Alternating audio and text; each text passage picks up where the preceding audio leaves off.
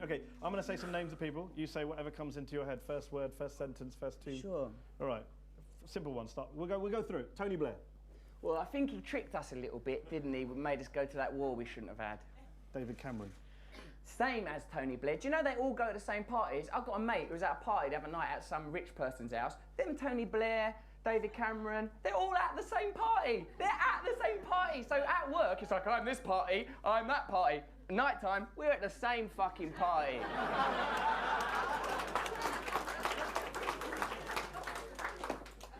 Brilliant answer, but it works better if we go through it quicker. You don't set the rules.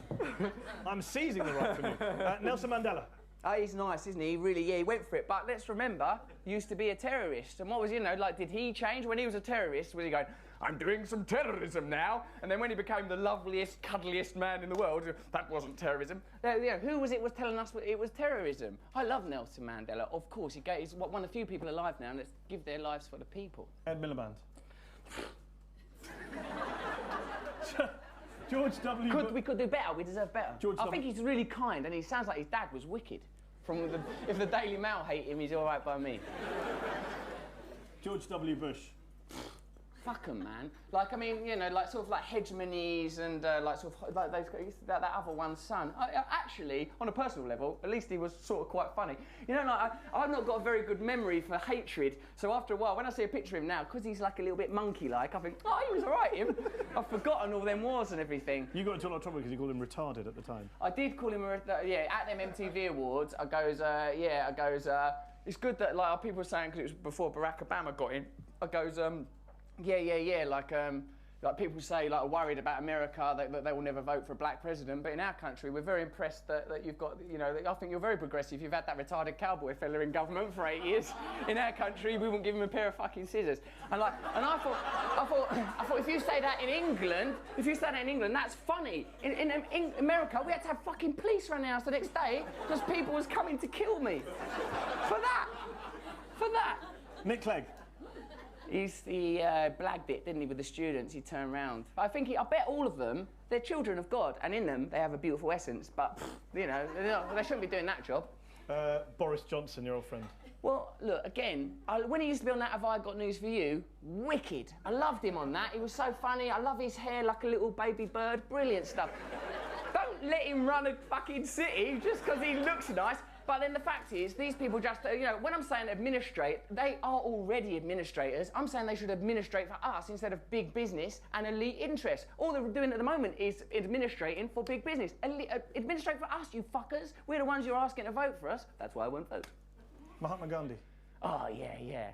You know, you can't argue with him, can you? The great father, Mahatma Gandhi. Why I like him, he was serious, like, about the whole non-violence. And it's very hard to do the non-violence. Why non-violence is genius is because it's a paradigm breaker. Anyone who's been to a protest knows that once you're violent, you're nicked. If you're disobedient without being violent, they can't nick you. It's a paradigm breaker. Also, very disciplined man, and he said, like, the only thing he hated more than violence was cowardice. So he was, like, prepared to get the shit kicked out of him whenever required, and you can't argue with that. Margaret Thatcher.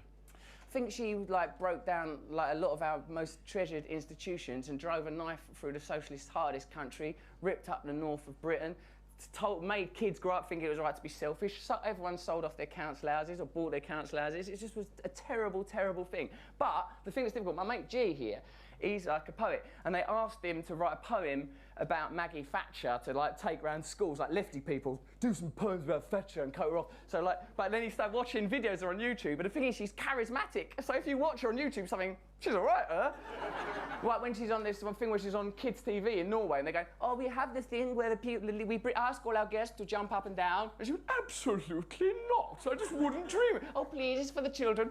No. But that's the spirit that will make you bomb a retreating battleship and not even think twice. Talking of bombing, Bashar al-Assad. Oh, yeah, you got me now, mate. Because I don't know who that is. President of Syria.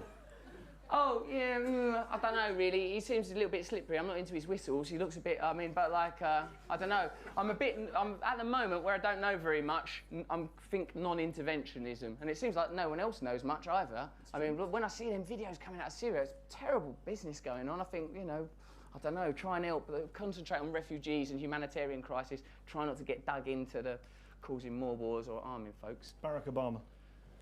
Oh, it's a shame, really, because I felt pumped for a while, and I think, you know, better to have a black president than a white one. I think it would take it the right direction, but what does it matter? Because I'll tell you why. Because, as I said, they're administrators. They're meaningless. All these people that you're naming are what Plato, forgive me, what would call the shadows on the wall. These people are just administrators. They're irrelevant. The people with true power, we don't get to name them because them people, like, they don't believe in the shit we believe in. They don't believe in stuff like nation. They're not turning up for royal weddings and World Cups, the stuff that we kind of like because we've bought into it. They're just like, give us the fucking money. Like those people that are front and centre, they're meaningless, interchangeable. You know, you remember from your own life. Didn't make no difference, did it? Who was in charge? It's not that different in America now. I prefer him to Bush just to look at, but what is the fucking difference? Jeremy Paxman. I like him. I think he's like, I like him because I like seeing him drilling them others. Edward Snowden. Wicked, well done. You know, because like, you know, for what defines a hero other than willingness to sacrifice yourself for others? If you're prepared, and we all do it for those that we love most, and like them people, Private Manning, Edward Snowden, like they fucking put themselves in stir for the rest of their lives because they believed in something. You can't argue with that. You can't argue with that. We can't trust them, that NSA bullshit. We'll have our own cute little British version of spying going on, won't we? We won't be no better. But I think people that stand up to that and prepared to put themselves inside for it, they're heroes. Prince George. I don't know who that is. Oh, it's like the baby. Well, he ain't done much wrong yet, has he? I didn't like it when he had that little dress on.